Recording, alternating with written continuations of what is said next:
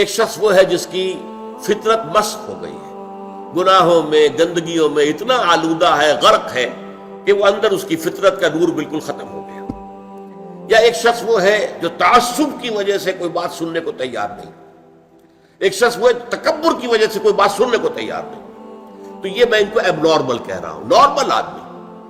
Normal آدمی فرض کیجئے کہ وہ بت پرست بھی ہے یا کوئی اور ہے، کسی اور مذہب کا عقیدہ اور نظریے اور خیال کا اور فلسفے کا حامل ہے، آپ اس کو کنورٹ کرنا چاہتے ہیں اسلام کی طرف، تو کیا طریقہ ہوگا؟ پہلے آپ کو اس کے ذہن کا جائزہ لینا ہوگا، اس کے ذہن میں خیالات کیا ہیں، اس کے نظریات کیا ہیں، اس کے عقائد کیا ہیں۔ سب سے پہلے آپ کو ان کی تصحیح کرنی ہوگی۔ غلط عقائد، غلط نظریات سے دماغ کو پاک کر کے صحیح جو خیال ہے اور صحیح جو نظریہ ہے اور صحیح جو حقیقت ہے، توحید، معاد اور رسالت کے اصولوں پر اس کے فکر کو تعمیر کرنا ہوگا۔ جب اس کے ذہن اور دل کے اندر ایمان بیٹھ جائے گا تو جو بری عادات، برے اطوار، برے اخلاق اس کے گرد چمٹے ہوئے تھے، جیسے پتجھڑ میں پتے جھڑ جاتے ہیں، وہ خود بخود جھڑ جائیں گے۔ یہ تزکیہ ہو جائے گا، یزکی۔ اب جب یہاں تک وہ پہنچ گیا ہے تو اب وقت آیا تعلیم کتاب میں عرض کر چکا ہوں کہ اس سے مراد ہے احکام، ڈوز اینڈ ڈونٹس۔ اب انہیں بتایا جائے گا بھائی اللہ نے نماز فرض کی ہے، نماز پڑھنی ہوگی۔ اب اللہ نے روزے جو ہے فرض کیے ہیں، رمضان مبارک کے آپ کو رکھنے ہوں گے۔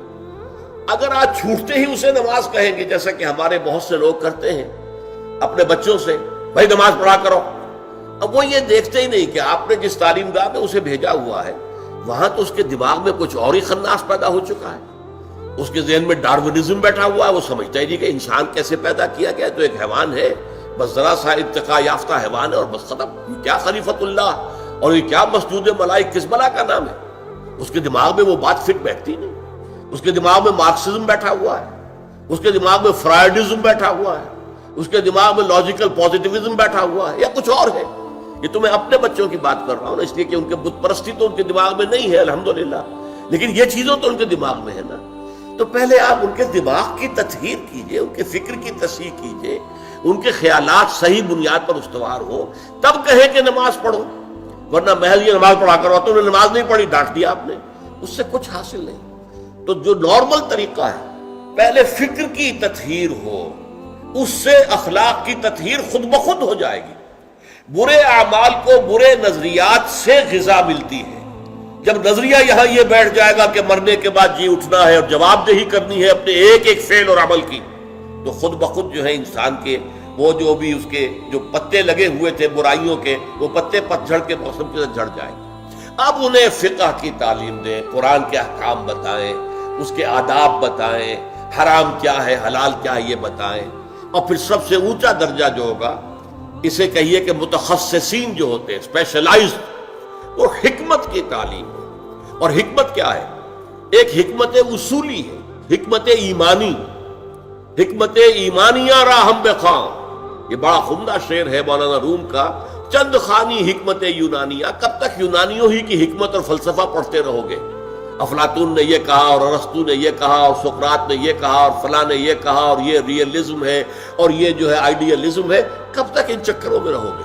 چند خانی حکمت یونانیہ، حکمت ایمانیہ راہم بخاں، ایمان کی حکمت پڑھو، وہ فلسفہ کہ جس کے نتیجے میں ایمان وجود میں آتا ہے، تو وہ حکمت ایمان ہے۔ اور ایک حکمت احکام ہے۔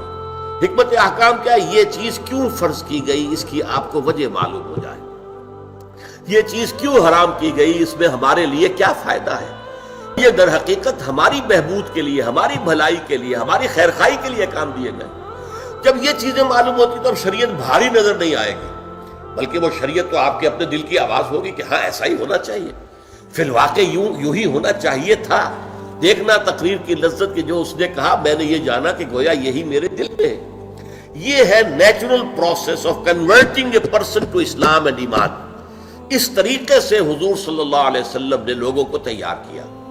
پہلے قرآن مجید ان کو پڑھ کر سناتے رہے، جن کے اندر فطرت جو ہے ابھی کچھ بھی بیدار تھی، تھوڑی سی بھی، چاہے کمزور تھی، مزمحل تھی، اندر روح جو ہے وہ ابھی مری نہیں تھی، وہ کھنچ کر آ جائیں گے، جیسے کہ میگنیٹ جو ہے وہ لوہ چون کو، لوہے کی چیز کو کھینچ لیتا ہے، وہ کھنچ کر آ جائیں گے۔